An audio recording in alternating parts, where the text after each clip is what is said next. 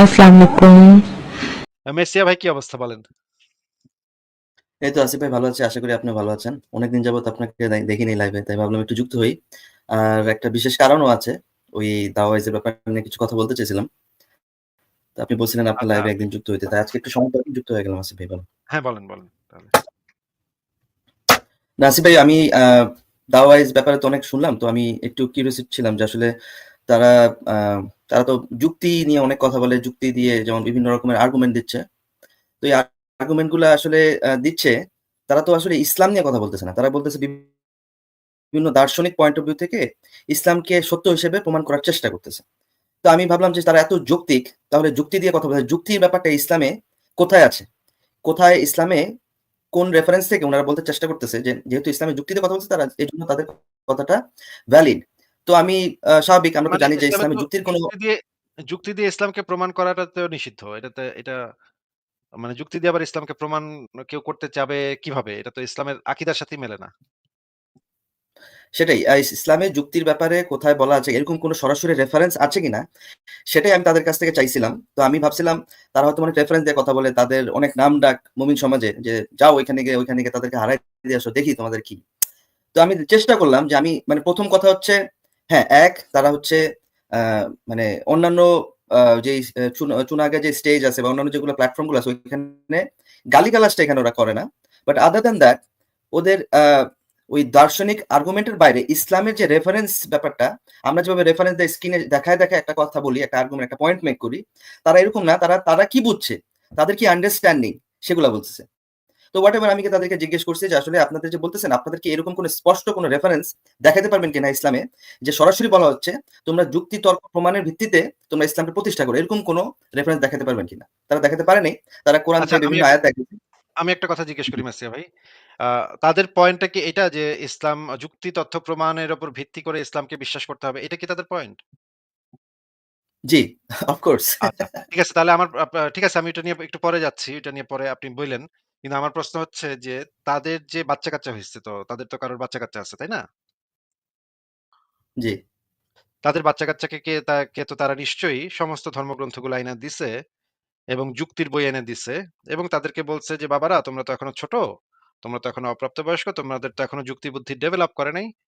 তোমাদের এখনই ইসলাম বিশ্বাস করতে হবে না বাবারা। তোমরা 18 বছর পর্যন্ত প্রাপ্তবয়স্ক হওয়া পর্যন্ত সময় নাও। এই নাও তোমাকে আমি সব ধর্মগ্রন্থ অনেকগুলা ধর্মগ্রন্থ আইনা দিলাম। বাইবেল দিলাম, গীতা দিলাম, ভগবদ্গীতা দিলাম, তারপরে হচ্ছে গিয়ে ত্রিপিটক দিলাম। আ ইহুদিদের কিছু ধর্মগ্রন্থ, খ্রিস্টানদের কিছু এই ওদের এই ধর্মগ্রন্থগুলো আইনা কোরআনটাও দিলাম। তুমি নিজে পড়ো। নিজে পইড়া নিজের যুক্তি এবং যুক্তির বইও আমি এনে দিলাম। তুমি নিজে যুক্তি দিয়ে তারপরে চিন্তা করবা যে কোন ধর্মটা তোমার কাছে সঠিক বলে মনে হয়, সত্য বলে মনে হয়। এরপরে তুমি নিজে সিদ্ধান্ত নাও বাবা। তোমার কাছে যদি মনে হয় ইহুদি ধর্মটা সত্য তাইলে তুমি ইহুদি ধর্ম গ্রহণ করো। তোমার কাছে যদি মনে হয় হিন্দু ধর্মটা সত্য তাইলে তুমি হিন্দু ধর্মটা গ্রহণ করো। তোমার কাছে যদি মনে হয় নাস্তিকতা সঠিক তাহলে তুমি নাস্তিক হয়ে যাও। কোন সমস্যা নেই। আমাদের পক্ষ থেকে কোন সমস্যা নেই বাবা। তুমি যুক্তি দিয়ে যেইটা সঠিক তোমার মনে হবে তুমি সেটাই বাইছে নিবা। এই অপশনটা তো তারা নিশ্চয়ই তাদের সন্তানদেরকে দিচ্ছে নাকি? তারা ছোটকাল থেকে হাদিস অনুসারে বাচ্চারে পিডায়া নামাজ পড়তে পাঠাইতেছে। মেসিয়া ভাই একটু বলেন তো তারা কোনটা করতেছে? তারা তো ভাই অবশ্যই, তারা যেহেতু মনে করে যে তারা বুঝে গেছে ইসলামই একমাত্র সত্য ধর্ম, সেহেতু তারা তাদের সন্তানকে সেটাই শিখাচ্ছে, যদিও তাদের এখানে কোনো চয়েস নাই। তারা এখনো সেই বুঝটা বুঝে না, মানে কম্পেয়ার করার সময়টা তাদের এখন আসেনি, সেই জ্ঞানটুকু আসেনি। তাদেরকে অন্ধবিশ্বাসী করেই বড় করতেছে। যুক্তিতর্কের যুক্তি কিন্তু প্রমাণের কিন্তু মাথা খেয়ে হাদিসে তো ভাই তাদেরকে। বলা আছে হাদিসে তো বলা আছে যে ৭ বছর বয়স থেকে যদি নামাজ না পড়ে তাইলে বিছানা আলাদা করে তাদেরকে করতে হবে, ধমক দিতে হবে এবং ১০ বছর বয়সে পিটাইতে হবে। যদি নামাজ না পড়ে। এটা তো হাদিসে মুহাম্মদ একদম সরাসরি বইলে দিছে।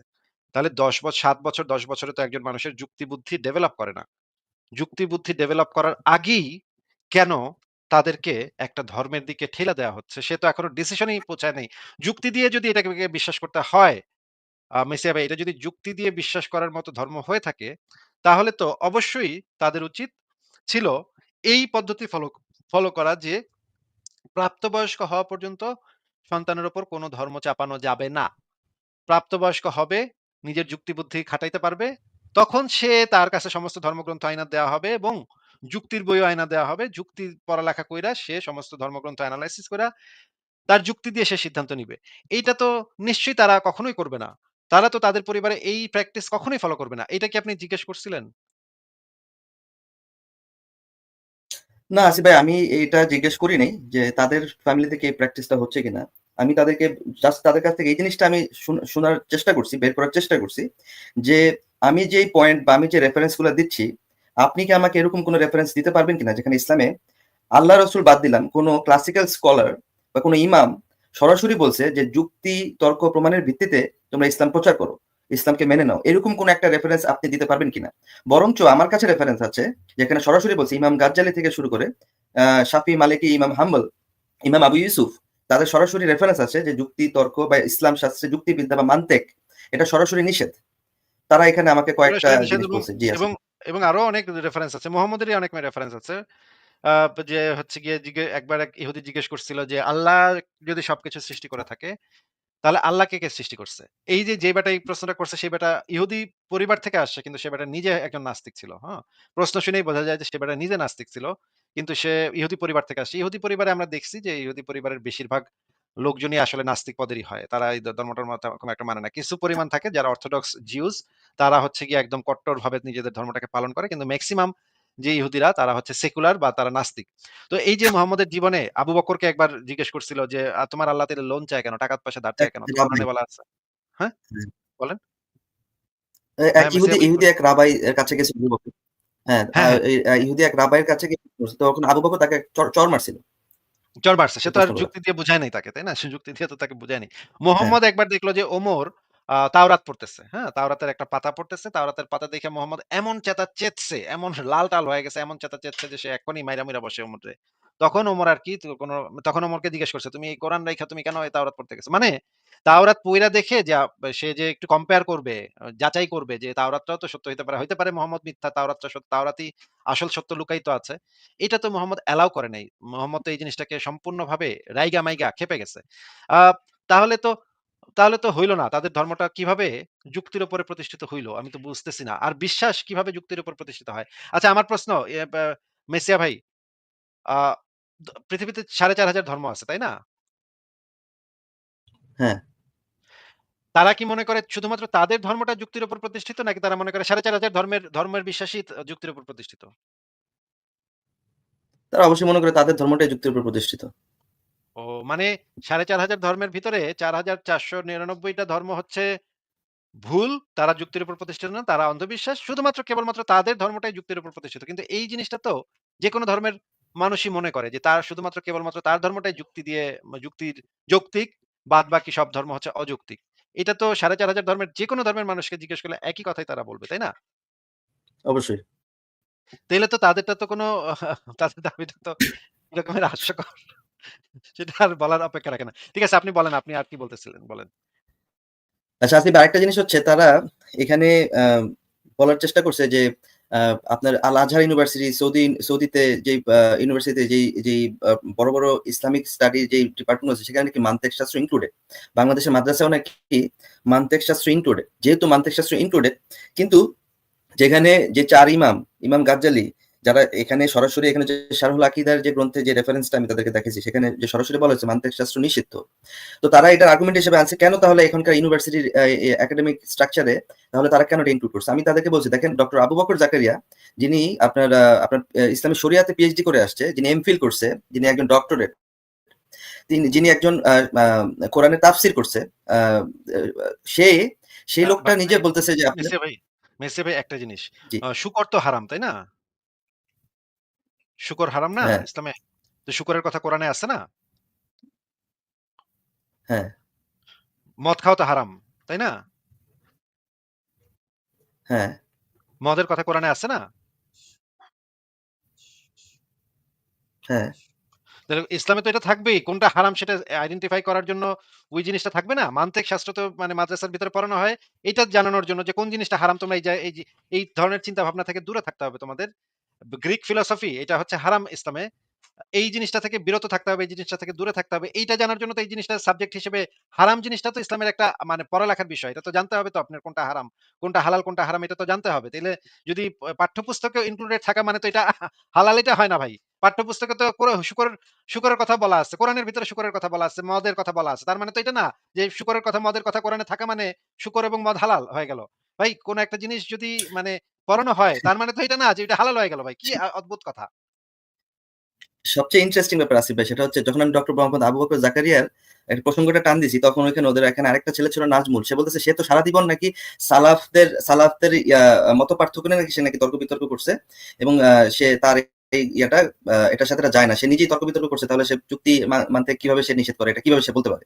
আমি নাকি আর্গুমেন্ট ফ্রম অথরিটি ফেলাসি করতেছি। আমি বলতেছি ভাই, আমি যদি আর্গুমেন্ট ফ্রম অথরিটি ফেলাসি করি, না, না এটা তাহলে আর্গুমেন্ট ফ্রম আপনারা তো অথরিটি নোট হয় কি? স্কটসম্যান ফেলাসি করতেছেন।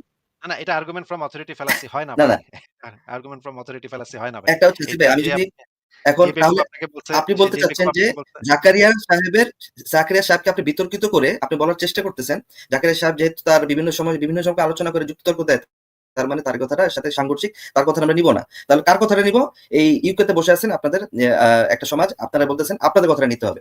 কেন ভাই মেসে ভাই, আপনাদের কথাটা কেন নিতে মেসে হবে? ভাই, মেসে ভাই আর্গুমেন্ট ফ্রম অথরিটি কখন ঘটে সেই জিনিসটা এই বেকুবগুলা জানে না দেখেই কথাটা বলছে।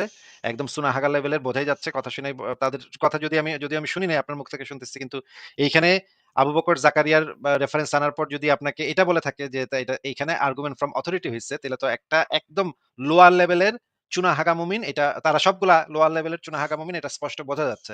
আপনাকে আমি এই জিনিসটা আগে একটু ক্লিয়ার করি দর্শকদের জন্য যে এইখানে কেন আর্গুমেন্ট ফ্রম অথরিটি ফ্যালাসি এখানে ঘটে না। কারণ হচ্ছে মনে করেন যে আমি বললাম যে বাইবেলে এই জিনিসটা লেখা আছে। এখন আপনি বললেন বাইবেলে যে লেখা আছে সেটা আমারে দেখান তো। আমি বাইবেল থেকে আইনা আপনাকে দেখাইলাম যে হ্যাঁ, বাইবেলে এই জিনিসটাই লেখা আছে। এখন বাইবেলটাকে তো আমি অথরিটি হিসেবে যদি আপনি যদি এখন বলেন এটা আর্গুমেন্ট ফ্রম অথরিটি হইছে। ভাই আপনি তো বাইবেল থেকে দেখাইলেন। বাইবেলকে অথরিটি ধইরা আমাকে এখান থেকে রেফারেন্স দেখাইলেন। না রে ভাই এখানে বাইবেলকে অথরিটি বাইবেলকেই এখানে অথরিটি ধরতে হবে। কারণ বাইবেলের ক থেকেই আমি রেফারেন্সটা দিচ্ছি। এটা এখানে বাইবেলই অথরিটি। হ্যাঁ?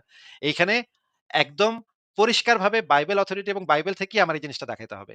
কোরআন থেকেও যদি আমি একটা ভার্স বলি, আপনি যদি বলেন দেখেন কোরআনে কোথায় এটা লেখা আছে, কোরআন থেকে যদি আমি আপনাকে বের করে দেখাই এবং প্রখ্যাত অনুবাদকদের অনুবাদ থেকে দেখাই, আপনি যদি বলেন যে, ভাই আপনি তো আর্গুমেন্ট ফ্রম অথরিটি করলেন। এই বাদককে অথরিটি ধইরা আপনি তো এটা করলেন। এই অনুবাদককে অথরিটি ভাই এইগুলা হইতেছে একেবারে চুনাহাগা লেভেলের মুমিন। আর্গুমেন্ট ফ্রম অথরিটি তখন হয় যখন আমি শুধুমাত্র কোন একজন অথরিটেটিভ ফিগারের বক্তব্যকে, নিজস্ব ব্যক্তিগত মতামত বা নিজস্ব ব্যক্তিগত চিন্তাকে আমি যুক্তি হিসেবে উপস্থাপন করি, তখন আর্গুমেন্ট ফ্রম অথরিটি হয়। যেমন আমি যদি বলি কলিমুদ্দিন নামক একজন পদার্থবিজ্ঞানের হেড অফ দ্য ডিপার্টমেন্ট আছে। সে আ মা কালীর পূজা করে। না কলিমুদ্দিন না, মানে মনে করেন তার নাম হইতেছে গণেশ। হিন্দু নাম দিলাম গণেশ। সে মা কালীর পূজা করে। মা কালীর পূজা করলে তার শরীর মা মা সে মনে করে মা কালীর পূজা করলে তার ভালো হয়। এখন এইখানে যদি আমি বলি যে সে যেহেতু মা কালীর এত বড় বিজ্ঞানী, এত বড় পণ্ডিত, এত বড় পদার্থবিজ্ঞানের টিচার, সে যেহেতু মা কালীর পূজা করে, সেহেতু মা কালীর পূজাতে নিশ্চয়ই ভালো কিছু না কিছু হয়।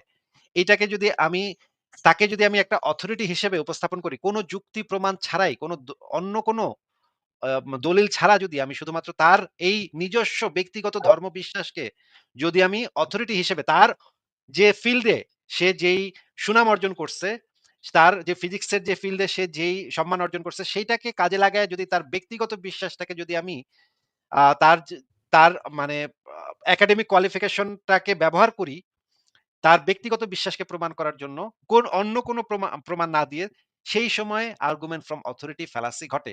যে গণেশ মিয়া এত বড় বিজ্ঞানী সে মা কালীর পূজা করে। সুতরাং মা কালীর পূজা করলে উপকার হয়। এটা যদি আর্গুমেন্ট হয়, এইখানে আর্গুমেন্ট ফ্রম অথরিটি ঘটে। কিন্তু যদি এরকম ঘটে যে সেই গণেশ মিয়া সে যেই ফিল্ডে কাজ করতেছে, সে মনে করেন কোয়ান্টাম ফিজিক্সে কাজ করতেছে। সে কোয়ান্টাম ফিজিক্স এর উপর একটা রিসার্চ আর্টিকেল লিখছে যে কোয়ান্টাম ফিজিক্স অনুসারে এটা। ক, খ, গ। হ্যাঁ? আমি যদি সে যেহেতু এই ফিল্ডের একজন প্রখ্যাত ব্যক্তি, এই ফিল্ডে একজন পড়ালেখা করা ব্যক্তি এবং তিনি যখন তার রিসার্চ পেপারটা এই বিষয়ে লিখছে, সে একজন আ আ সে এই বিষয়ে একটা পিএইচডি ডিগ্রি আছে তার। সে আসলেই এই বিষয়ের উপর একজন অথরিটি। সে যখন তার যুক্তি প্রমাণ দিয়ে একটা থিসিস পেপার লিখছে, সেই পেপারটাকে আমি যেকোনো জায়গাতে একটা অথরিটি হিসেবে ব্যবহার করতে পারি। কারণ তার এই বিষয়ে নলেজ আছে। সে এই বিষয়ে সার্টিফাইড। সে যদি এই বিষয়ে সার্টিফাইড হয় তাহলে তার বক্তব্যটাকে অথরিটি হিসেবে উপস্থাপন করাটাই যৌক্তিক, রেফারেন্স হিসেবে ব্যবহার করাটাই যৌক্তিক। ডক্টর আবু বকর জাকারিয়া মদিনা বিশ্ববিদ্যালয়ের অত্যন্ত গুরুত্বপূর্ণ একজন ছাত্র। সে বাংলাদেশ থেকে সামান্য কিছু মানুষ মদিনা বিশ্ববিদ্যালয় থেকে পিএইচডি করার সুযোগ পাইছে। তার ভিতরে ডক্টর আব্দুল্লাহ জাহাঙ্গীর একজন, ডক্টর আবু বকর জাকারিয়া আরেকজন। এরকমের কয়েকজন মানুষ শুধুমাত্র এই সুযোগটা পাইছে। যারা অত্যন্ত মেধাবী তাদের ফিল্ডে, তাদের জগতে, তার জগতে তারা মেধাবী মানুষ। এই বিষয়ে কোনো সন্দেহ নাই যে তাদের ফিল্ডে তারা এক্সপার্ট। আমরা তো এই জিনিসটা সবসময় বলি ডক্টর আবু বকর জাকারিয়া, আব্দুল্লাহ জাহাঙ্গীর তারা তাদের ফিল্ডে এক্সপার্ট। তাদের ফিল্ডে তাদের এক্সপার্টিস আছে। এই কারণেই তো তাদের মানে রেফারেন্স গুলা আমরা আমরা ব্যবহার করি। কিন্তু এখন যদি কেউ বলে যে তারটা ব্যবহার করছেন কেন? আর্গুমেন্ট ফ্রম অথরিটি হইতেছে। এইটা তো ভাই একদম লোয়ার লেভেলের চুনাহাগা। এই টাইপের লোয়ার লেভেলের চুনাহাগার সাথে তো কথাই বলতে যাওয়া মানে ঠিক না, মেসিয়া ভাই। ভাই এরা হচ্ছে প্রচন্ড ডিসঅনেস্ট। আমি তাদেরকে বলছি আপনি রেফারেন্সটা দেখান, বা আমি যেটা বের করছি সেটা আপনার স্ক্রিনেই দেখান। বলছে না, না দেখানো লাগবে না, আমাদের স্ক্রিনে আমরা দেখাই না, আমি দেখাচ্ছি, আপনাকে বুঝাচ্ছি। আমি বলতেছি যে ভাই আমি ডক্টর মোহাম্মদ আবু বকর জাকারিয়া কে রেফারেন্স থেকে নিব, নাকি আপনি কি বলছেন তার থেকে রেফারেন্সটা নিব? কারণ আপনি তো ইসলামের স্পোক পারসন, মানে যে আপনি কি সার্টিফাইড, আপনি যে পড়াশোনা করছেন সেটাতে আমি কেন আপনাকে আমি আস্থা রাখবো যে আপনি যেটা বলছেন সেটাই ট্রু, জাকারিয়া যেটা বলছেন সেটা সম্পূর্ণ মিথ্যা? যেহেতু আর্গুমেন্টের খাতিরে আপনার সাথে এটা ক্ল্যাশ করতেছে, আপনি এখন জাকারিয়াকে আপনি ডিনাই করতেছেন, কিন্তু এটা আপনি কি ইসলামের যে অথেন্টিক সোর্স থেকে কথা বলতেছেন, এটা আমি কিভাবে নিব? জাকারিয়া সাহেব সে যখন একটা কথা বলছে এবং সে তো পড়াশোনা করছে, তার কথাটা তো বেশি ভ্যালিড, আপনার কথাটা তো আমি নিব না, কারণ আপনি তো সরাসরি কোনো কোরআন বা হাদিস থেকে সরাসরি কোনো রেফারেন্স দেখাতে পারতেছেন না যে আচ্ছা, মানুষের মেসিয়া ভাই আমার যুক্তি। আমার আরো একটা প্রশ্ন আছে। আপনাকে আমার আরো একটা প্রশ্ন আছে। যে মানুষের যে মনে করেন এই যে তারা যে আগের পয়েন্টটাতে আমি আবার একটু ফেরত যাই। এটা নিয়ে আরেকটা প্রশ্ন আমি ভুলে গেছিলাম। যে তারা যদি এটা বলে থাকে যে যুক্তি ইসলামকে বিশ্বাস করতে হবে যুক্তি তথ্য প্রমাণ দিয়ে। এটাই কি তারা বলছে নাকি? হ্যাঁ, হ্যাঁ। বুঝতে হবে।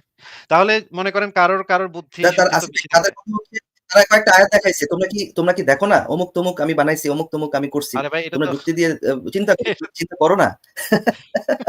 এটা তো এটা মেইন কথা না। এটা ভাই যেকোনো একটা কমন সেন্স আলা মানুষ বললে এটা তো সব ধর্মগ্রন্থে এই ধরনের কথাবার্তা বলা আছে। তোমরা কি জানো না আমি এটা করেছি? তোমরা কি বোঝো না? এই যে দেখো কত সুন্দর নদী বয়ে যাচ্ছে। কত সুন্দর খাইলে ক্ষুধা লাগে না, ঘুমাইলে চোখে দেখো না। এই যে তাইলে তার মানে কি? তার মানে ভগবান আছে। এই টাইপের যুক্তি তো যেকোনো চুনা হাঁকাই দিতে পারে। তাই না? এইটাই তার মানে তো এটা না যে এই যে এই ধর্মটা যুক্তির উপর প্রতিষ্ঠিত। এই টাইপের লোয়ার লেভেলের কথাবার্তা তো যে কেউ কইতে পারে। এই যে তুমি যে দেখতে দেখো চোখ বন্ধ করে কি তুমি দেখতে পাও? নাও দেখতে পাচ্ছ না তার মানে তো আল্লাহ আছে। তার মানে কি তুমি বুঝলে না যে আল্লাহ আছে? এটা যদি কেউ কয় তার মানে সে তো আর যুক্তি দিচ্ছে না। এটা হ্যাঁ, সে ভাবতেছে সে আসিফ বিরাট ভাই, একটা যুক্তি দিয়ে ফেলছে। কিন্তু আসলে তো আসিফ এটা ভাই যৌক্তিক। এক হ্যাঁ, বলেন। একটু কি ভিডিওটা প্লে করব? ওদের মুখ থেকে শুনলে আমার মনে হয় বেশি মজা লাগতো একটু। ভাই আমার এটা স্ট্রাইক খাবে ভাই। এটা আমার চ্যানেলে ওই ভিডিওটা চালানো মানে স্ট্রাইক খাওয়া। স্ট্রাইক আমি খাইতে চাই না ভাই। আমি আপনাকে একটা জিনিস একটু জিজ্ঞেস করি আগে দাঁড়ান। যে তাহলে তো মানুষের তো জ্ঞান বুদ্ধির কারো জ্ঞান বুদ্ধি আইকিউ লেভেল বেশি থাকে, কারো কম থাকে। এটা তো আমরা সবাই জানি। তাই না মেসিয়া ভাই? হ্যাঁ, মনে করেন একজনের আইকিউ লেভেল কম, এত বুঝে না, এর মাথায় ঢুকে না। এর কি কইতেছে কোরআনের ভিতরে কি? মনে করেন কোরআন সত্য, সবই সত্য যা আছে সবই সত্য। কিন্তু একবাড়ায় বুঝতেছে না জিনিসটা। আর না বুঝা যদি সে বলে যে না আমি তো তাইলে না যেহেতু যুক্তি দিয়ে বুঝতে পারতেছি না সেহেতু আমি এটা বিশ্বাস করি না। এই ব্যক্তি এবং সে ইসলামকে ত্যাগ করে দিল। সে মনে করলো তার যুক্তিতে এটা হইতেছে না।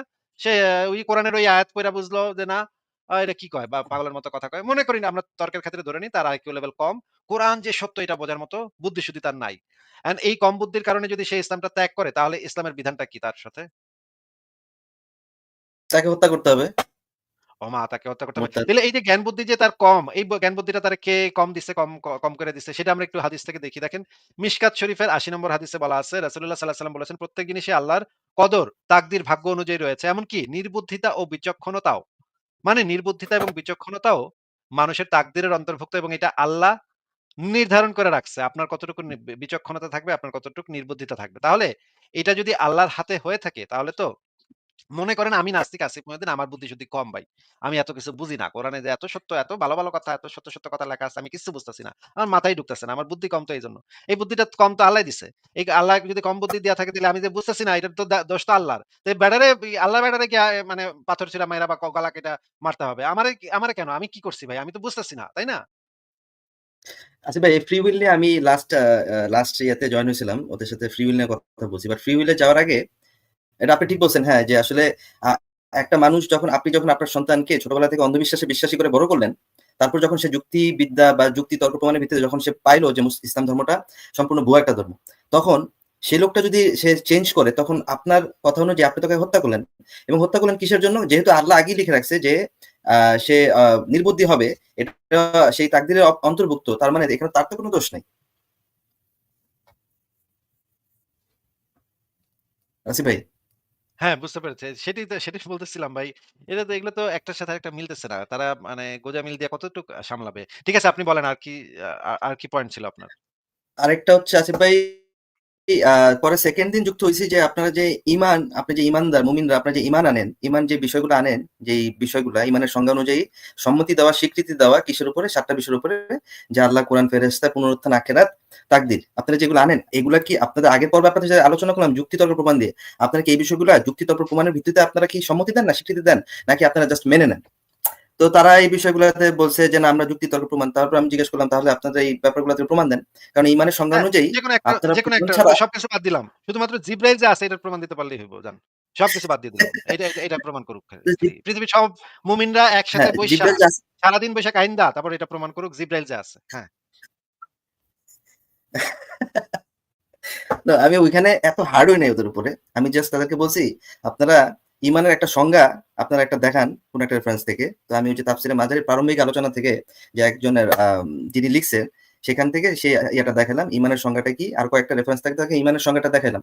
যে এখানে ভাই কোথাও কি লিখা আছে, কোথাও কি দেখাইতে পারবেন যে প্রমাণের ভিত্তিতে ঈমান আনো। এরকম কোন একটা কথা দেখাইতে পারবেন কিনা? আপনাদের অথেন্টিক সোর্স দালিলিক ভিত্তিতে আলোচনা করেন। কারণ আমরা তো এখানে চা চায়ের দোকানে বসি নাই। আমরা এখানে একটা একাডেমিক আলোচনা, আপনারা বলেন আমরা নাকি একাডেমিক আলোচনা করি না। আপনারা খুব একাডেমিক আলোচনা করেন। তাহলে একাডেমিক আলোচনায় আপনারা দলিল দেখায় একটা প্রমাণ দেখান। কোথাও লিখা আছে ঈমানের সংজ্ঞার ভিতরে যে প্রমাণের ভিত্তিতে ঈমান আনতে হবে। ঈমান আনয়ন করতে হবে, স্বীকৃতি দিতে হবে, হোয়াটএভার দ্যা ব্লা ব্লা। এরকম একটা আলোচনা দেখান। তারা এরকম দেখাতে পারে না সারাক্ষণ তারা নিজেদের মনগত কি বুঝেছে ঈমান সম্পর্কে তারা এই বিভিন্ন কোরআন আয়াতের ভিত্তিতে তাদের আন্ডারস্ট্যান্ডিং। আমি বলছি আপনাদের আন্ডারস্ট্যান্ডিং আমি কেন নিব? আপনারা কে? আপনাদের আন্ডারস্ট্যান্ডিং আমি নিব না। আপনি আমাকে সোর্স দেখান। যে এরকম একটা কথা বলা হয়েছে যে প্রমাণের ভিত্তিতে এই জিনিসগুলোতে আলোচনা করে আপনাদের প্রমাণ দিতে হবে। তো এরকম করে প্রায় ঘন্টাখানেক এরকম পার হওয়ার পরে তো একজন আসছে সিরাজি। সিরাজি কিন্তু আসিফ ভাই হয়তোবা চিনেন। মুফতি সিরাজি। তো হ্যাঁ, ও তো বাংলাদেশে ওই বেড়াজি মুফতি আছে। সিরাজি, বেড়াজি নাকি? হ্যাঁ, বেরাজি। সে আসছে তাকলিদ যুক্ত ঈমানের একটা সংজ্ঞা নিয়ে আসছে। ভাই ওই জায়গাটা আসলে কাট না করলে হবে না। এটা একটা গোল্ড। ও নিজেই সংজ্ঞা অনুযায়ী নিজেই বলছে প্রমাণ ছাড়া ঈমান আনতে হবে। বুঝছেন? নিজেই ধরা খেয়ে গেছে। না, ওইখানে বলা হয়েছে যে প্রমাণ ছাড়া মেনে নিতে যারা হবে। মাদ্রাসায় ওই পড়ালেখা করছে মানসুর এখানে, মানসুর ভাই, মিস্টার মানসুর ওইখানে স্টাক হয়ে গেছে। বুঝতে পারছেন? এতক্ষণ সে হ্যাঁ। আমার সাথে গেজায়া এটা চেষ্টা করলো প্রমাণের ভিত্তিতে। সিরাজিরে ঢুকাবো, সিরাজি এমন একটা রেফারেন্স দিল, সিরাজি নিজেও কট খেয়ে গেছে। কট খাওয়ার পরে মানসুর বলতেছে যে, "না ভাই আপনি তো এটা বুঝেন, আপনি এরকম বুঝাইছেন, তাই না?" আমি বলছি, আমি হাইসা দিচ্ছি যে, "ভাই উনি কিন্তু এটাই বুঝাইছে। উনি কিন্তু আমার সাথেই আমি যেটা বলছি সেই দলিলটাই উনি নিজে বের করে দেখাইছে। যে এই কাজ তাকলিদযুক্ত ঈমান কাকে এই বলে?" কাজ ভাই মাওলানা সিরাজী আগেও কয়েকবার করছে। হ্যাঁ? সে আইসা একটা ভিডিও আছে। সে আইসা কইতাছে, "এই নাস্তিকরা কয় ইসলামে নাকি অপ্রাপ্তবয়স্ক মেয়ের সাথে বিবাহ করা জায়েজ। দেখছেন ভাই কত বড় খারাপ এই নাস্তিকরা, কত বড় খাটাস এরা। না এটা কখনোই ইসলামে নাই। এই যে আসেন আপনাকে তাফসীর পড়ে শোনাই। তাফসীরে জালালাইন আমি আপনাকেও পড়ে শোনাচ্ছি।" তারপর সে পড়া শুরু করছে। বুঝছেন? ওইখানেই সে আবার পড়তেছে। অপ্রাপ্ত বয়স্ক মেয়ের সাথে সে আবার একটু কনফিউজড হয়ে গেছে। কি বললাম? কি বললাম? দাঁড়ান ভিডিওটা আসিফ আছে ভাই নাকি? এই ভিডিওটা কাট না করলে হবে না। আমি কি ভাই জাস্ট ওই অতটুকু ক্লিপ একটু দেখাইতে পারবো কিনা? জাস্ট মনে আচ্ছা, করেন ৩০ সেকেন্ড আচ্ছা একটা আচ্ছা ঠিক আটকে, আছে আটকে দেখেন। পজ দিয়ে। দেখেন দাঁড়ান আমি আপনাকে ওই ভিডিওটা আগে একটু দেখায় নিই। দর্শকদের ওই ভিডিওটা একটু দেখায় নিই। এর একটা মানে ছিল মানে এপিক ভিডিও ছিল। এটা ওই যে ফারাজ ভাইয়ের এই যে মদন কুমার হাসান পেজে এখনো আছে। দাঁড়ান আমি একটু বের করি এই ভিডিওটা। তারপর আপনি এটা দেখেন। ঠিক আছে? আ এবং ছোট করে আমরা দেখাতে পারবো অসুবিধা নেই। দাঁড়ান।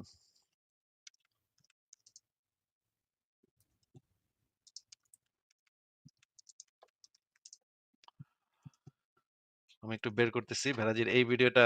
এরকম অনেকগুলা জায়গাতেই সে এই ধরনের একটা ম্যাসাকার করে ফেলাইছে।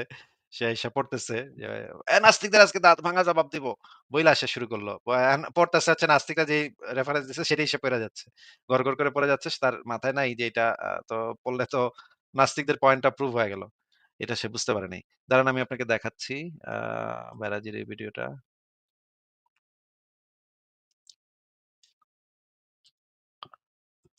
আচ্ছা আপনিও বের করতে থাকেন। ইয়া ভাই আপনিও বের করতে থাকেন।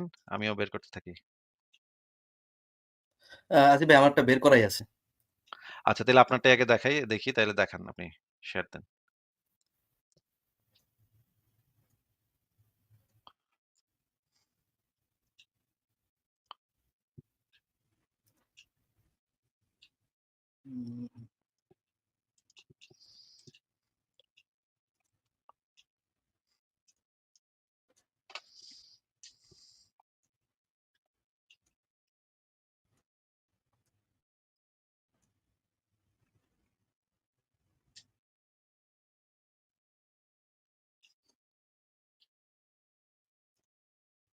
সিরাজকে একটু শুনি। আচ্ছা। আসসালামু আলাইকুম। এই ব্যাপারে কি আপনি ইমানের ব্যাপারে কি আপনি কিছু বলতে চাচ্ছিলেন? এখানে একটা রেফারেন্স দিতে চাচ্ছিলেন। ওটা যদি এখানে একটু অ্যাডিশনালি বেনিফিশিয়াল হয় এটা শেয়ার করতে পারেন অবশ্যই। জি, জি। আমি একটু যে ভাই যুক্ত হয়েছিলেন, উনি ঈমান বলতে যে জিনিসটা উনি বুঝেছিলেন যে দলিল প্রমাণ ছাড়া। তো আমি একটা রেফারেন্স দেখাবো উনাকে। আ মুফতি সাইদ সাহেবের এটা ওই যে মনিরুল ভাই নামে একজন ভাই যুক্ত হয়েছেন। আমি একটু বলি, আমি একটু কম্পিউটার থেকে দূরে আছি। আমাদের এখানে কিন্তু অনেক রাত। হ্যাঁ? যার কারণে আমি কম্পিউটার থেকে আসতে পারি নাই। সবাই ঘুমায়ে পড়ছে। তো ওই ভাইয়ের কাছে আমি রেফারেন্সটা পাঠাইছি। উনি একটু স্ক্রিন শেয়ার দিলে আমি একটু দেখাইতে পারতাম আচ্ছা, আরকি আপনাদেরকে। ওনার ডিভাইস নট কানেক্টেড দেখাচ্ছিল। উনি যুক্ত হচ্ছেন, ওনাকে যুক্ত করার চেষ্টা করছিলাম কিন্তু ওটা একটু হয়নি। এই হলো সমস্যা। স্পিডটা একটু বাড়ায় দিতে পারেন? তো মেসি ভাই স্পিডটা একটু বাড়ায় দেন। 1.25 করে দেন তাহলে। আচ্ছা, একটু দেখেন দিচ্ছি। ওই যে সেটিংসে যান। হ্যাঁ, এখানে দেখেন হ্যাঁ, হ্যাঁ। স্পিডটা বাড়ানো যায়।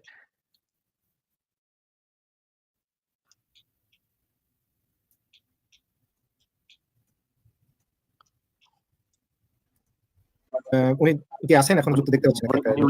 মনিরুল ইসলাম তুহিন। ও তুহিন ভাই, আচ্ছা। হুম। হ্যাঁ, হ্যাঁ। আসসালামু আলাইকুম। ওয়ালাইকুম আসসালাম রাহমাতুল্লাহ। আসসালামু আলাইকুম রাহমাতুল্লাহ। ভালো আছেন না ভাই? হ্যাঁ, আলহামদুলিল্লাহ। আচ্ছা, সিরাজি ভাই হচ্ছে রেফারেন্স দেখাতে চাচ্ছিলেন, আমি রেফারেন্স গুলো তাহলে একটু স্ক্রিন শো করি। আচ্ছা।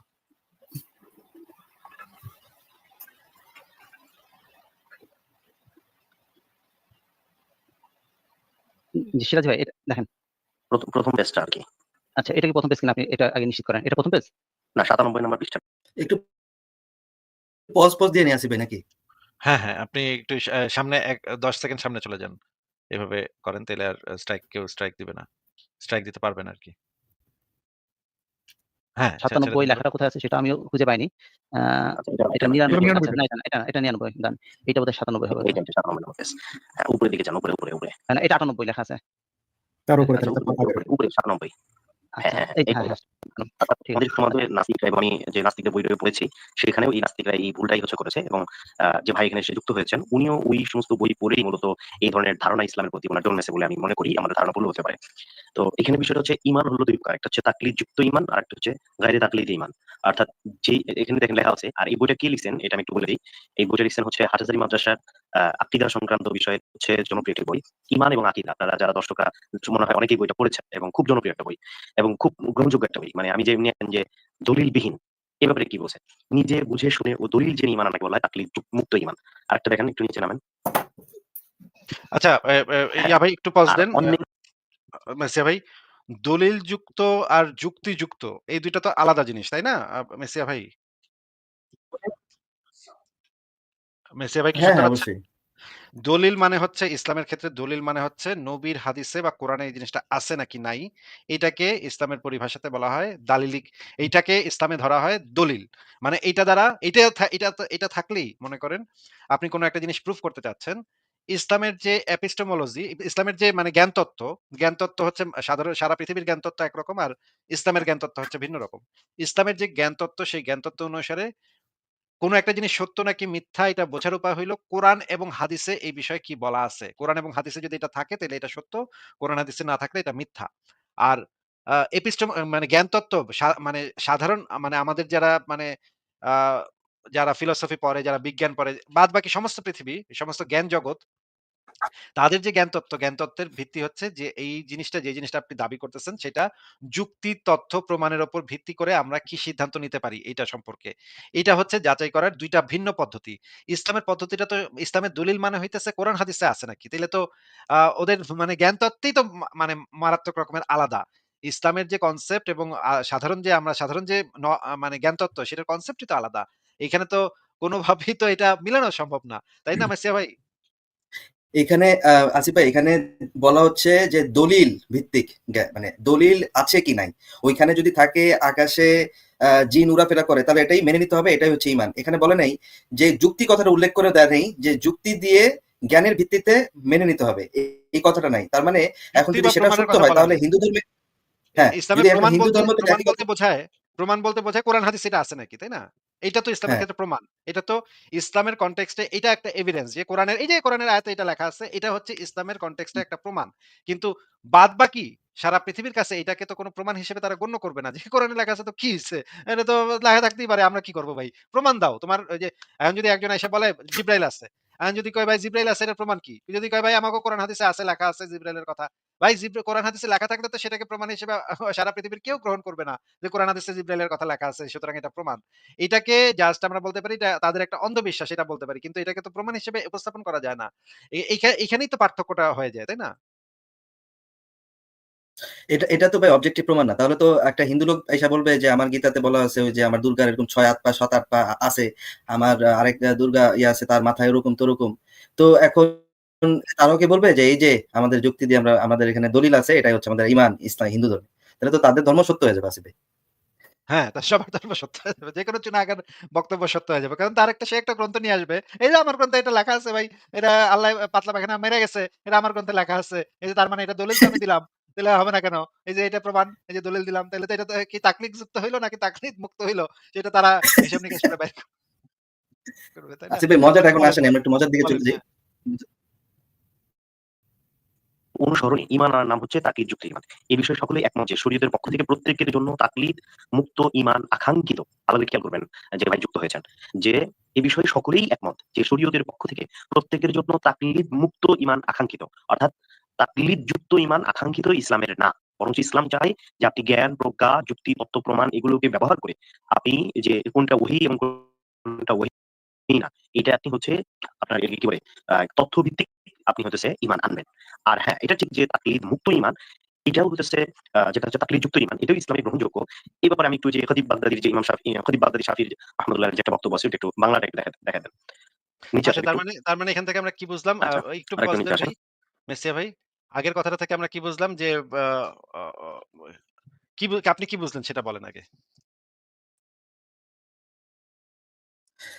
এখানে সে বুঝাইতে চাইছে তাকলিদ যুক্ত ঈমান হচ্ছে যে আপনার যে দলিল ভিত্তিক যে ওইগুলা দেখে এই জিনিসটাতে মেনে নেওয়া হচ্ছে আপনার তাকলিদ যুক্ত ঈমান। দলিলের ভিত্তিতে। এখানে আচ্ছা। তাহলে ওই তাকলিদ মুক্ত ঈমান বৈধ নয়। দলিলের এটাই তো লেখা ভিত্তিতে ছিল। জিনিসটা হ্যাঁ, হ্যাঁ। আচ্ছা এবং এইখানে সারাংশ লেখা তাকলিদ আছে যুক্ত মৌলিক বৈধ নয়। আকীদা যে সংক্রান্ত বিষয়ে উপরে লেখা আছে মৌলিক আকীদা সংক্রান্ত বিষয়ে তাকলিদ বৈধ নয়। তার মানে কি? তার মানে হচ্ছে যে মৌলিক মানে বেসিক যে আকীদাগুলো আছে সেই বিষয়ে তাকলিদ বৈধ নয়। যেমন ধরেন যে আল্লাহর উপরে বিশ্বাস, বা ফেরেশতার উপরে বিশ্বাস, আপনার নবী রাসূলের উপরে বিশ্বাস এগুলোর জন্য কোনো তাকলিদ দরকার নেই। আচ্ছা। ঠিক আছে। দেখান তাইলে পরের দেখান। হ্যাঁ, এই যে দেখেন আকীদা মানে হলো বিশ্বাস, হ্যাঁ? আকীদা সংক্রান্ত বিষয়ে তাকলিদ বৈধ নয়। এটাই অধিকাংশ ইমামের অভিমত। বরং ইমাম ইসফারাইনি রাহমাতুল্লাহি আলাইহি বিষয়ে হক্কানি ও অন্যান্য আহলে ইলমের ইজমা নকল করেছেন। এরপরে আরেকটু নিচে নামেন। প্রখ্যাত ফকিহ ইবনে আবিদিন শামী হানাফি আপনারা জানেন। এটা একদম হানাফি মাযহাবের অথেন্টিক একটি কিতাব। সেখান থেকে রেফারেন্স আনা হয়েছে। আহলে সুন্নাহ ওয়াল জামাতের আকীদা সমূহ কারো তাকলিদ ব্যতীত প্রত্যেক মুসলমানের উপর বিশ্বাস করা হচ্ছে ওয়াজিব। ভালো করে বুঝবেন এখানে। যে তাকলিদ মুক্ত ঈমান এই যে ভাইয়া কি বলছে এখানে? তাকলিদ মুক্ত। তাকলিদ মুক্ত। মানে তাকলিদ কথাটা আগে আমরা বুঝে নিলাম কি বলছে। তাকলিদ মানে হচ্ছে যে ওই ব্যতীত সরি ওই দলিলের ভিত্তিতে। আর এখানে বলতেছে সেইটাও ব্যতীত। মানে সেটাও ব্যতীত আকীদার ক্ষেত্রে এই জিনিসটা আকীদার ক্ষেত্রে সেটা সেই এরপরেই এই যে আকীদার ক্ষেত্রে সেই ধরনের দলিলগুলোরও কোনো মূল্য নাই। আকীদার ক্ষেত্রে এটা মানতে প্রত্যেক মুসলমান এটা বিশ্বাস করতে তারা বাধ্য। যেটা ইসলামের মৌলিক আকীদাগুলা সেই বিষয়ে আ কোন ধরনের যুক্তি প্রমাণের কোনো অপেক্ষা না করে সেই জিনিসটাকে মানে মন থেকে বিশ্বাস করা এটা তো ওয়াজিব। হ্যাঁ, ঠিকই বলছে। সে তো মাওলানা সিরাজী তো ঠিকই বলতেছে। আমার কাছে তো মানে কথাগুলো একদম সঠিক। যে সে আসলে আপনার কথাকে প্রুফ করার জন্য মনে হয় গেছে নাকি? আপনার পক্ষে নাস্তিক হিসেবে গেছে না কি হিসেবে গেছে সে? আপনি তাদের মানে যেখানে আরো যারা প্ল্যাটফর্মে যারা বসে আছে তাদের এক্সপ্রেশনটা একটু খেয়াল রাখেন ভাই। সে তারা যে এতক্ষণ আমার সাথে এই জিনিসটা বোঝানোর চেষ্টা করলো সে এসে আমার সাপোর্টই দলিল দিতেছে ভাই। মাশাআল্লাহ।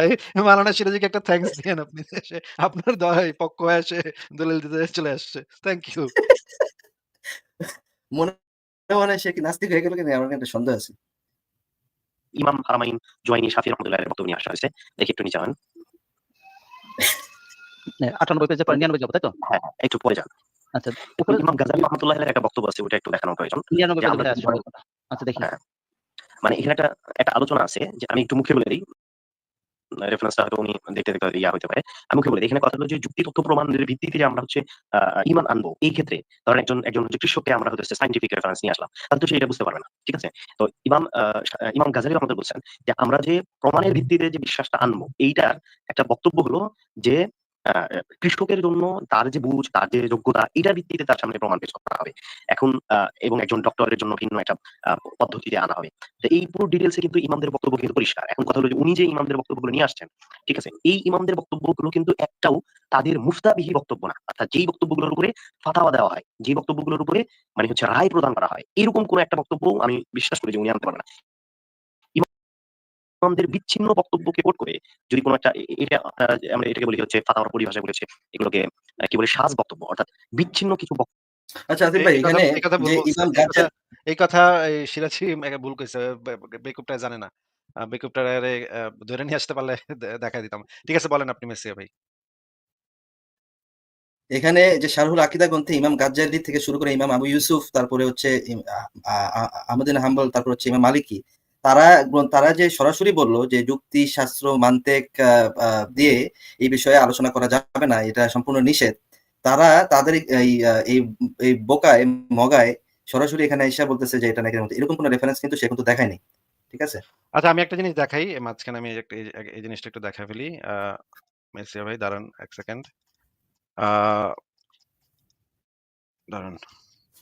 কই গেল?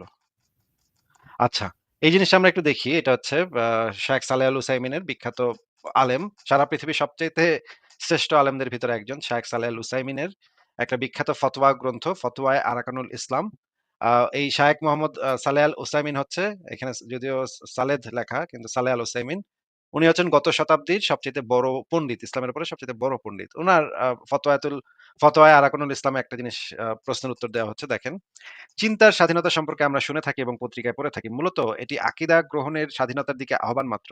এ সম্পর্কে আপনার মতামত কি? উত্তর: এই বিষয়ে আমাদের কথা হলো, যে ব্যক্তি আকীদার স্বাধীনতা দাবি করে এবং যে কোনো দিনে বিশ্বাসের অধিকার রাখে বলে মনে করে, সে কাফের। কারণ যে ব্যক্তি মুহাম্মদ সাল্লাল্লাহু আলাইহি ওয়াসাল্লামের দিন ব্যতীত অন্য দিন গ্রহণ করা বৈধ মনে করে, সে কাফেরে পরিণত হয়। তাকে তওবা করতে হবে। তওবা না করলে তাকে হত্যা করা ওয়াজিব। দ্বীনের বিষয়ে চিন্তাপ্রসূত বিষয় বা কোনো মতবাদ নয়। এটা আল্লাহর ওহী, যা আল্লাহ তার নবীদের উপর নাজিল করেছেন যেন মানুষ তার অনুসরণ করতে পারে। মানে এটা কোনো চিন্তা ভাবনার কোনো বিষয় না। এটা একদম সরাসরি ওহী। সুতরাং এ ব্যাপারে চিন্তাধারা কথাটি ব্যবহার করা জায়েজ নেই। মোট কথা, যে ব্যক্তি বিশ্বাস করবে যে সে নিজের খেয়াল খুশিমতো যেকোনো দিনে বিশ্বাস করতে পারে, তাহলে সে কাফের হয়ে যাবে। এই যে যদি বলে কেউ যে তার যুক্তি ব্যবহার করে সে সিদ্ধান্ত নিবে, এইটা তো নিজের খেয়াল খুশিমতো যেকোনো দিনে মনে করেন তার একজন মুসলিম যদি বলে একজন মানুষের নিজস্ব যুক্তি, তথ্য, প্রমাণ ব্যবহার করে সিদ্ধান্ত নেওয়ার অধিকার আছে, এটা যদি কেউ বলে তাহলে তো সে সাথে, সাথে কাফের হয়ে যাবে এবং তাকেও হত্যা করাটা তখন ওয়াজিব হয়ে যাবে। কারণ হচ্ছে কেউ যদি বলে যে ইসলাম যুক্তি প্রমাণের উপর ভিত্তি করে মানে বিশ্বাস করতে হবে, তাহলে তো একজন ব্যক্তির কাছে যদি মনে হয় যে এইটা যুক্তিতে আমার খাটতেছে না, আমার কাছে হিন্দু ধর্মটা সঠিক মনে হচ্ছে, তাহলে তো সেটাও সে যেতে পারে। সেই স্বাধীনতাটা তো তার হয়ে যাবে তাৎক্ষণিকভাবে। যদি এটা যুক্তির উপরে নির্ভর করে, যুক্তি প্রমাণের উপর নির্ভর করে, তাহলে তার সেই স্বাধীনতাটা তো তার অলরেডি স্টাবলিশ হয়ে যাবে যে সে তার খেয়াল খুশি মতো যেকোনো দিনই তখন বিশ্বাস করার অধিকারটা তার জন্মে যাবে। কিন্তু এটা তো ইসলাম সমর্থন করে না। কারণ কোরআনে আল্লাহ যেটা বলেছে সূরা ইমরানের ৮৫ নম্বর আয়াত, যে ব্যক্তি ইসলাম ছাড়া অন্য দিন গ্রহণ করবে, আরেকটা অনুবাদে বলা আছে তালাশ করবে, তার কাছ থেকে গ্রহণ করা হবে না। আমরা পরে দেখি ইসলাম ছাড়া অন্য কোন দিন গ্রহণ করা যায়নি, যে ব্যক্তি তা করবে আলেমগণ তাকে সুস্পষ্ট কাফের হিসেবে ফতোয়া দিয়েছেন। এখানে এই কথাটা ইম্পর্টেন্ট যে, কারণ যে ব্যক্তি মুহাম্মাদের দিন ব্যতীত অন্য দিন গ্রহণ করা বৈধ মনে করে, যদি কেউ মনে করে যুক্তি বুদ্ধি দিয়ে সে যে সিদ্ধান্ত নিবে সেটাই সে নিতে পারে, এটা যদি কেউ মনে করে, তাহলে তো সে কাফেরে পরিণত হবে। তাকে তওবা করতে বলা হবে, তওবা না করলে তাকে হত্যা করা ওয়াজিব হয়ে যাবে। আপনাকে মেসিয়া ভাই, আপনাকে যারা এই কথাগুলো বলছে, এই সমস্ত ধুনফুন দিচ্ছে, তারা অলরেডি হত্যাযোগ্য হয়ে গেছে। তাদের অলরেডি ঈমান আকীদা শেষ। ইসলাম অনুসারে তাদের ঈমান আকীদা শেষ এবং তারা হত্যাযজ্ঞে পরিণত হইছে। হ্যাঁ, এবার বলেন মেসিয়া ভাই।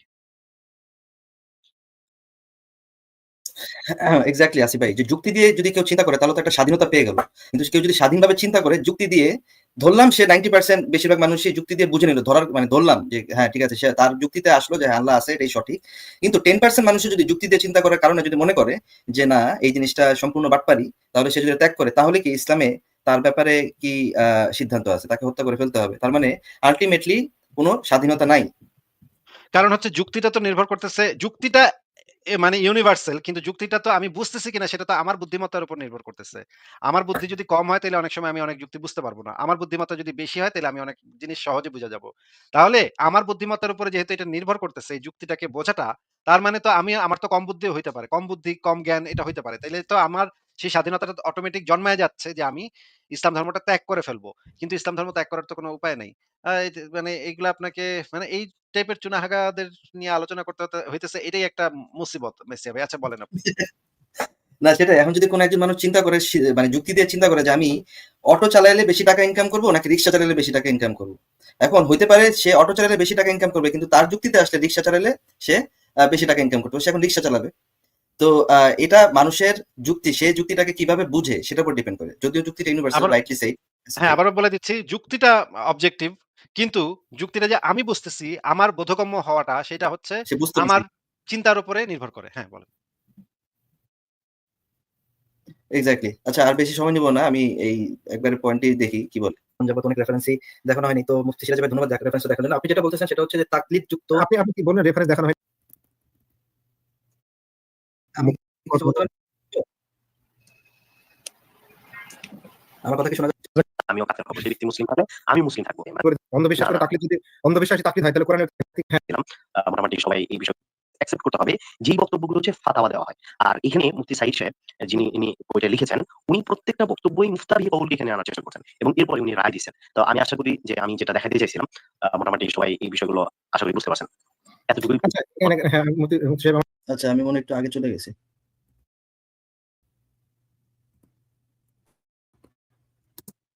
এটা আমরা এটাকে বলি হচ্ছে ফাতাওয়ার পরিভাষায় বলেছে এগুলোকে কি বলে সাজ বক্তব্য, অর্থাৎ বিচ্ছিন্ন কিছু বক্তব্য ভিত্তিতে, মানে বক্তব্য অনেকগুলো থাকতে পারে, এগুলো একটা ফিকহি একটা হচ্ছে বক্তব্য। তো ইমামদের বক্তব্য বিভিন্ন ধরনের থাকতে পারে, কিন্তু আমাদের ওই বক্তব্যটাকে অ্যাকসেপ্ট করতে হবে যেই বক্তব্যগুলো হচ্ছে ফাতাওয়া দেওয়া হয়। আর এখানে মুফতি সাঈদ সাহেব ইনি বইটা লিখেছেন, উনি প্রত্যেকটা বক্তব্যই মুফতার বিহি কওলকে এখানে আনার চেষ্টা করছেন এবং এরপরে উনি রায় দিয়েছেন। তো আমি আশা করি যে আমি যেটা দেখাতে চাইছিলাম মোটামুটি সবাই এই বিষয়গুলো আশা করি বুঝতে পারছেন। এতটুকুই। আচ্ছা হ্যাঁ মুফতি সাহেব আমার এখানে একটা প্রশ্ন ছিল, যেটা হলো যে ওখানে যে তাকলিদ যুক্ত যে ইমান, সেখানেও কিন্তু যে ব্যক্তিকে তাকলিদ করা হবে, অনুসরণ করে করা হবে, সেক্ষেত্রে তো তাকে মিনিমাম প্রমাণের ভিত্তিতে একটা ব্যক্তির উপর বিশ্বাস করতে হবে, তাই না? নাহলে অন্ধভাবে তো কেউ বিশ্বাস করে না। অন্ধবিশ্বাস না, করে না। তাকলিদ যদি অন্ধবিশ্বাসী তাকলিদ হয় তাহলে কোরআনের সূরা ওই যে বনী ইসরাঈলের যে আয়াতটা দেখলাম সেটা বিপরীতে চলে যাবে, তাই না? যে চোখ কান দিয়ে দেখলে যদি কেউ কোনো ব্যক্তির উপর বিশ্বাসের ভিত্তিতে, মানে দলিল প্রমাণ ছাড়া কোনো, মানে সেই ব্যক্তি কাফের হলে আমিও কাফের হবো, সেই ব্যক্তি মুসলিম হলে আমি মুসলিম থাকবো, হ্যাঁ, এমন তো সেটা অবস্থায় যদি কেউ আমার কাছে বিশ্বাস করে তাহলে সে তার এই ঈমানটা গ্রহণযোগ্যই হবে না, সে কাফের হয়ে যাবে। ঠিক আছে, জাযাকাল্লাহু খাইরান এই তথ্যটা শেয়ার করার জন্য। প্রাইমারি অথবা সেকেন্ডারি মানে আমি কি কিছু বলতে পারি? আচ্ছা, মেসিয়া ভাই আপনার কি দেখানো শেষ হইছে? আমার কথা কি শোনা যাচ্ছে? বলতে পারেন, বলতে না, পারেন, বলতে না, পারেন। না, আসিফ ভাই এই যে মেইন পয়েন্টটা আচ্ছা, এখানে ঠিক আসলে দেখেন। স্টেজে অনেক মানুষ হয়ে গেছে এখন। ঠিক আছে। এই সিরাজি ভাই কিছু রেফারেন্স নিয়ে আসছে, খুব ভালো কথা। রেফারেন্স নিয়ে আসছে, এতক্ষণ যাবত অনেক রেফারেন্সই দেখানো হয়নি। তো মুফতি সিরাজি ভাই ধন্যবাদ রেফারেন্স দেখানোর জন্য। আপনি যেটা বলতেছেন সেটা হচ্ছে যে তাকলিদ যুক্ত আপনি কি বললেন রেফারেন্স দেখানো হয়নি, এটা কিন্তু মধ্যে মধ্যে আপনি 5 লাইন এরকম করে দিচ্ছেন। এগুলো আমি কি দেখাচ্ছি ভাই? আমি কতগুলো রেফারেন্স দেখলাম যেখানে সুস্পষ্ট এরকম 5 লাইন দিলে কিন্তু না, না, আমি কেন বললাম? আমি কেন বললাম? আমি বলবো। পার্সোনাল লাইন, ওই যে 5 লাইন দিচ্ছেন আপনি, 5 লাইন দিচ্ছেন মিষ্টি ছুরি আমার মতো মিষ্টি ছুরি দিয়ে দিচ্ছেন মধ্যে মধ্যে। আচ্ছা মেসা ভাই আপনাকে কি আমরা রেফারেন্স দিছি না? না, ঠিক আছে, সিরাজ ভাই রেফারেন্স দিয়েছেন সেটা তো ঠিক আছে, ওটা তো বলুন, কিন্তু তার জন্য আমাদেরকে আমরা রেফারেন্স নিয়ে কথাটা কেন বললেন? না, এটা সবাই রেফারেন্স দিয়েছে। বিষয়টা আমি একটু আমার কাছে যেগুলো ছিল সেগুলো হচ্ছে আমি পেশ করছি। সেটা ঠিক আছে। তো সিরাজি ভাই আপনি যেই দলিলটা নিয়ে আসেন তাকলিদ যুক্ত বলতে কি বোঝায় একটু বলেন তো ভাই? অর্থাৎ তাকলিদ যুক্ত বলতে যে কোনো প্রমাণ লাগবে না আরকি। প্রমাণ লাগবে না। সরাসরি প্রমাণ না, কিন্তু ব্যক্তির উপরে নির্ভর, মানে ব্যক্তির কাছ থেকে কোনো প্রমাণ চাইছে না, বা মানে সরাসরি কিন্তু প্রমাণ চাইছে। মানে কোনো দলিল প্রমাণ এগুলোর কোনো প্রয়োজন নেই। ভুলভাল বলতেছে মেসিয়া ভাই, একটু থামান। এই যে এই সারোয়ার নামক যে ব্যক্তি এও ভুল বলতেছে। সিরাজি মূলত সঠিক কথা বলতেছে। এই সারোয়ার নামক ব্যক্তি এসে কিছুই জানে না। আপনাকে আমি তাকলিদ মানে যে জিনিসটা তাকলিদ শব্দটার যে আবিধানিক অর্থ এবং তাকলিদের যে বিধান, সেই বিধানটা আমি আপনাকে বের করে এখনই দেখাবো, একটু পরেই দেখাবো। আমি একটু বলে নেই আগে। তাকলিদ জিনিসটা হচ্ছে যে বিনা প্রমাণে কারো কথা, কারো বক্তব্য মেনে নেয়া।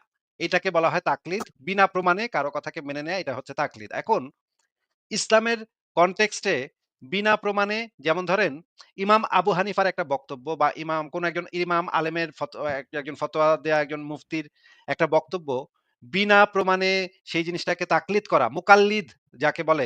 মানে হচ্ছে কি আপনাকে দেখবেন অনেক সময় এরা এসে অনেক মুসলিমকে আরেকজন এসে গালি দিবে, তুই তো মুকাল্লিদ হয়ে গেছিস। সে হচ্ছে ইমাম আবু হানিফার হয়তো তাকলিদ করছে, সেই কারণে তাকে মুকাল্লিদ বলতেছে। এই শব্দটা হচ্ছে যে সে বিনা প্রমাণে ইমাম আবু হানিফাকে মাইনে নিচ্ছে। এই কারণে আরেক মুসলমান এসে তাকে মুকাল্লিদ বলে গালি দিতেছে। এই তাকলিদ মানে হচ্ছে সেই ব্যক্তি বিনা প্রমাণে সেই ব্যক্তি মানে ইমাম আবু হানিফার কথা মাইনে নিচ্ছে, বিশ্বাস করে নিচ্ছে। এটাকে তাকলিদ বলে। কিন্তু ইসলামের বিধান হচ্ছে কারো কথা তাকলিদ করা যাবে না। শুধুমাত্র নবী মুহাম্মদের কথাকে, একমাত্র নবী মুহাম্মদের কথাকে তাকলিদ করতে হবে। তারা মুসলিমরা অনেক জায়গায় দেখবেন আপনি মুসলিমরা গর্ব করে বলবে, "আমি শুধুমাত্র তাকলিদ করি নবী মুহাম্মদের। আর কাউরে তাকলিদ করি না। ইমাম আবু হানিফারও তাকলিদ করি। আমি ইমাম আবু হানিফারও মুকাল্লিদ না। আমি ইমাম শাফিরও মুকাল্লিদ না। আমি শুধু নবীর তাকলিদ করি।" এই জিনিসটা খুবই গর্ব করে অনেক আলেমকে দেখবেন তারা এই জিনিসটা বলতেছে যে এটা দ্বারা তারা মিন করতেছে তারা শুধুমাত্র নবী মুহাম্মদের কথাকে বিনা প্রমাণে বিশ্বাস করে, বিনা যুক্তিতে বিনা প্রমাণে বিশ্বাস করে। এটা ইসলামের একটা আকীদা, এটা একটা ইসলামের মৌলিক আইন যে নবী মুহাম্মদের মুখ থেকে যেই কথাটা বের হইছে সেটা কোনো প্রমাণ ছাড়া তাকলিদ করতে হবে আপনার। বিনা প্রমাণে এটা আপনার বিশ্বাস করতে হবে। বিনা প্রমাণে এটা আপনার মেনে নিতে হবে। এই কারণেই বলা হয়েছে যে তারা হবে নাকে দড়ি বাঁধা উটের মতো। তাদেরকে যেখানে বেঁধে রাখা হবে সেখানেই তারা থাকবে। মেসিয়া ভাই এইটা হচ্ছে এই সারোয়ারও জানে না। সিরাজি কম্পেয়ার করলে সিরাজি এদের সবার থেকে ভালো জানে। কিন্তু সিরাজীকে তো সিরাজি তো নাস্তিকদের পক্ষে রেফারেন্স দিচ্ছে মেসিয়া ভাই। একই আসিফ ভাই, আমি ওটা আবার রিপিট করে শুনি। এটা আমার যতবার রিপিট করেছেন ততবারই ভালো লাগে। এটা আবার একটু রিপিট করি। আমি জিজ্ঞেস করলাম তাকলিদ মানে কি, সেটা স্বীকার করে নিল। পরে সারোয়ার কট খেয়ে গেছে। সারোয়ার এটাকে গোজামিল দেওয়ার চেষ্টা করছে। আবার দেখি প্রমাণ প্রমাণ লাগবে না। সরাসরি প্রমাণ না, কিন্তু ব্যক্তির উপরে নির্ভর, মানে ব্যক্তির কাছ থেকে কোনো প্রমাণ চাইছে বলেন তো ভাই, অর্থাৎ তাকলিদ যুক্ত বলতে হচ্ছে কোনো প্রমাণ টমান লাগবে নাকি? প্রমাণ টমান লাগবে না। সরাসরি প্রমাণ না, কিন্তু ব্যক্তির উপরে নির্ভর, মানে এই যে সে কিন্তু ব্যক্তির উপর নির্ভর মানে? আমার সাপোর্টেই কিন্তু সে কিন্তু রেফারেন্স দিয়ে দিছে। না এই সারোয়ার কি বলল? ব্যক্তির উপর নির্ভর মানে? এটা কথা তো বুঝলাম না। মানে কি? ব্যক্তির কাছ থেকে কোনো প্রমাণ চাইছে না, বা মানে সরাসরি কিন্তু প্রমাণ চাইছে। মানে কোনো দলিল প্রমাণ এগুলোর কোনো প্রয়োজন নাই। এটাকে বলা হয় তাকলিদ। আরে দলিল তো তাকলে আমি হ্যাঁ, সেটা বলছি, আপনি তো আমার সাথে agree সিরাজি ঠিক বলতেছে। না, না, আমি মেসি ভাই হচ্ছে একটু থামান। মেসি ভাই একটু থামান। সিরাজি একদম পারফেক্ট সংজ্ঞাটা দিচ্ছে। সিরাজি মাদ্রাসা থেকে পাস করছে তো সেই জিনিসগুলোর অর্থ জানে এবং সে বুঝে এই জিনিসগুলা কি। তাকলিদ মানে হইতেছে বিনা প্রমাণে কারো কথাকে বিনা প্রমাণে মেনে নেয়। এটা শুধুমাত্র ইসলামের মানে আকীদা হচ্ছে এটা শুধুমাত্র নবী মুহাম্মদের ক্ষেত্রে প্রযোজ্য। শুধুমাত্র নবী মুহাম্মদের কথা বিনা প্রমাণে কোন ধরনের যুক্তি প্রমাণের বালাই না করে বিনা প্রমাণে সম্পূর্ণভাবে বিশ্বাস করতে হবে। বাদবাকি সবার আ কথাকে আপনি দলিল প্রমাণও চাইতে পারেন, দলিল চাইতে পারেন। দলিল যদি থাকে তাইলে সেটা ইসলামের ক্ষেত্রে প্রমাণ হিসেবে গণ্য হয়। যে দলিল বলতে কোরআন এবং হাদিসের কথা। এটা প্রমাণ হিসেবে ইসলামে গণ্য হয়। মেসিয়া ভাই বলেন। হ্যাঁ, আসিফ ভাই, এখন কথা হচ্ছে যে এই সিরাজি পড়াশোনা করছে ইসলামে। হ্যাঁ, সিরাজি পড়াশোনা করছে। সিরাজিকে জিজ্ঞেস করলে সিরাজি সত্য কথাটা বা সিরাজি মানে ওই সত্য মানে যে জিনিসটা জানে সেটা বের করে নিয়ে আসছে। যেহেতু সারোয়ার বা মানসুর এরা ইসলামিক একাডেমিক পড়াশোনা এদের নাই, এরা কিন্তু চাইলেই গোজামিল দিয়ে দিবে। তাদের মনের মতন মনের মাধুরী মিশায় গোজামিল দেয়। ঠিক আছে? তো এই মনের মাধুরী যখন মিশাবে এদের সাথে আর্গুমেন্ট করে লাভ নেই। আমি যার যেটা বাইর করা দরকার ছিল, যেটা প্রুফ করা দরকার সেটা প্রুফ করে আমি চলে আসছি। আসিফ ভাই। ঠিক আছে। আমি আপনার এই ভিডিওটা আমি একটুখানি দেখছিলাম কিন্তু আমার টাইমই হয় নাই। কয়েকদিন আমি এত ব্যস্ত যে টাইমই হয় নাই যে আমি একটু দেখবো সময় নেই। আর ভিডিও ভাই এত লম্বা ভিডিও এটা দেখাও তো একটা মুশকিলের ব্যাপার। তো দেখি সামনে আমার একটু টাইম পেলে আমি আবার টেনে দেখবো না ভিডিওটা। ঠিক আছে ঠিক মেসি আছে ভাই আর আসিফ ভাই, কিছু লাস্ট বলবেন? আর এপিসোডে কোনো আমি ওই তাকদিন নিয়ে হ্যাঁ, কথা বলেন। বলছিলাম। হ্যাঁ, লাস্ট হ্যাঁ, বলেন, এপিসোডে বলেন। তাকদিন নিয়ে কথা বলছিলাম। এটা নিয়ে অন্য আরেকদিন আপনার লাইভে কথা বলবো। ঠিক আজকে আছে কি তাহলে। বলবো না, অন্য একটা লাইভে বলবো। আজকে তো অনেক সময় হয়ে গেছে। জি। হ্যাঁ, আরেকদিন বলবো না তাইলে। ঠিক হ্যাঁ, ঠিক আছে আসিফ ভাই, ধন্যবাদ। থ্যাংক ইউ আসিফ ভাই। ঠিক আছে মেসিয়া ভাই তাহলে ভালো থাকেন। আপনাকে তাহলে বিদায় জানাই। জি, ঠিক আছে ঠিক আসিফ ভাই। আছে তাহলে। বিদায় নিলাম। বাই। পরের জনকে আমরা যুক্ত